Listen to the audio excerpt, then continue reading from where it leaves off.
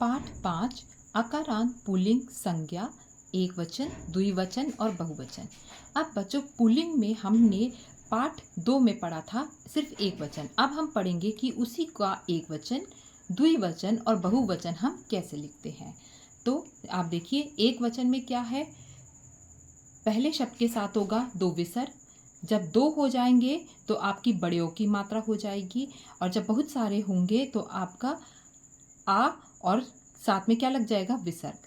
हंसः हंसौ हंसः। हंसः एक हंस, हंसहु दो हंस, हंसा तीन या तीन से अधिक हंस।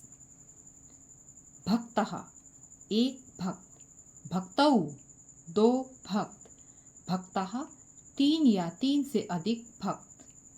वानरः एक बंदर, वानरौ दो बंदर, वानरः तीन या तीन से अधिक बंदर।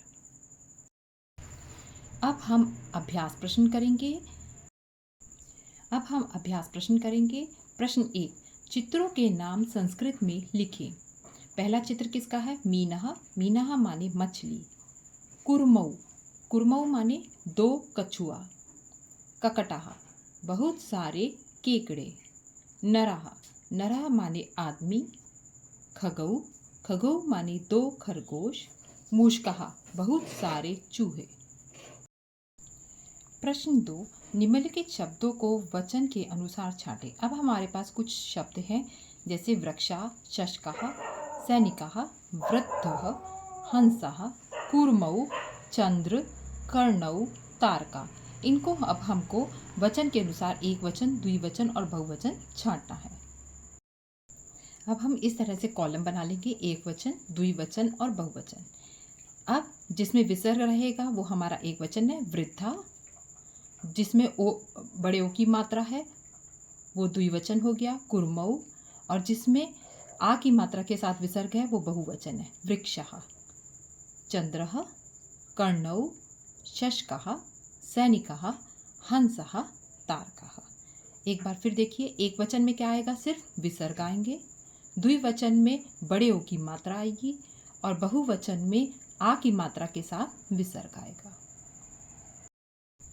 प्रश्न 3, अर्थ लिखें। कूर्मः, कूर्मः अनेक कछुए। कर्कटः एक केकड़ा। व्याघ्रौ दो बाघ। मत्स्यः अनेक मछलियाँ। मुंडकौ दो मेंढक। अब जहाँ पे आ की मात्रा के साथ विसर्ग है वहाँ पे आप अनेक लिखिए, आ की मात्रा के साथ विसर्ग है वहाँ अनेक है। जहाँ सिर्फ विसर्ग है वहाँ पे एक आएगा, और जहाँ बड़े ओ की मात्रा है वहाँ पे हमारा क्या आएगा, दो। प्रश्न 4, उचित शब्दों से रिक्त स्थानों को भरें। आपके 3 कॉलम बने हुए हैं, एक वचन द्विवचन और बहुवचन। अब जैसे आपको दे रखा है मयूरः, मयूरः एक वचन है तो द्विवचन उसका कैसे बनेगा, बड़े ओ की मात्रा के साथ मयूरहु। और बहुवचन कैसे बनेगा, आ की मात्रा के साथ दो विसर्ग लगाने से, मयूरः। काकः, काकहु, काकः। कोकिला, कोकिले, कोकिला। ये स्त्रीलिंग है। स्त्रीलिंग में पहला शब्द जो होता है उसमें आ की मात्रा होती है, फिर द्विवचन में ए की मात्रा होती है, और बहुवचन पुल्लिंग की तरह ही होता है। शिष्य है, शिष्यौ, शिष्यः। सिंह, सिंहौ, सिंहा। सिर्फ इसमें ये वाला स्त्रीलिंग है, बाकी सब क्या है, पुल्लिंग है। प्रश्न 4, संस्कृत में लिखें। अब बहुत से अध्यापक हैं, तो अध्यापक एक पुल्लिंग शब्द है, तो पुल्लिंग शब्द में क्या लगेगा, अध्यापकः, आ की मात्रा के साथ विसर्ग। दो गधे, अब गधे है, दो है तो गधर्भौ। एक सियार, श्रृंगालः।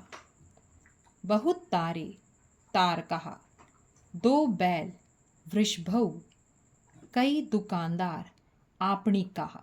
तो जहाँ आपने देखा कि कई या बहुत आया है वहाँ आ की मात्रा के साथ विसर्ग है, जहाँ पे दो आया है वहाँ बड़े ओ की मात्रा है, और जहाँ सिर्फ एक की बात की गई है वहाँ पे क्या है, विसर्ग है। प्रश्न 6, निम्नलिखित शब्दों के द्विवचन और बहुवचन रूप लिखिए। अब हमारे पास एक वचन में क्या है? मृगः, द्विवचन में मृगौ, मृगः। मीनः, मीनौ, मीनः। कुकुरः, कुकुरौ, कुकुरः। नर, नरौ, नरः। वक, वकौ, वकः। मृग माने हिरन, मीन माने मछली, कुकुरः माने कुत्ता, नर माने आदमी और वक माने। प्रश्न 7, निम्नलिखित शब्दों के शुद्ध रूप लिखें। अब यहाँ पे इनको लिखते हुए कुछ गलती हो गई है, उसको हमें सुधारना है। हस्तौ नहीं होता, हस्तौ। 2 हाथ। शशके, शशके नहीं होता, शशकौ। 2 खरगोश। अब यहाँ पे देखिए कुरमहा, कुरमा में मात्रा गलत है, कूरमहा होगा और कूरमहा माने होता है कछुआ।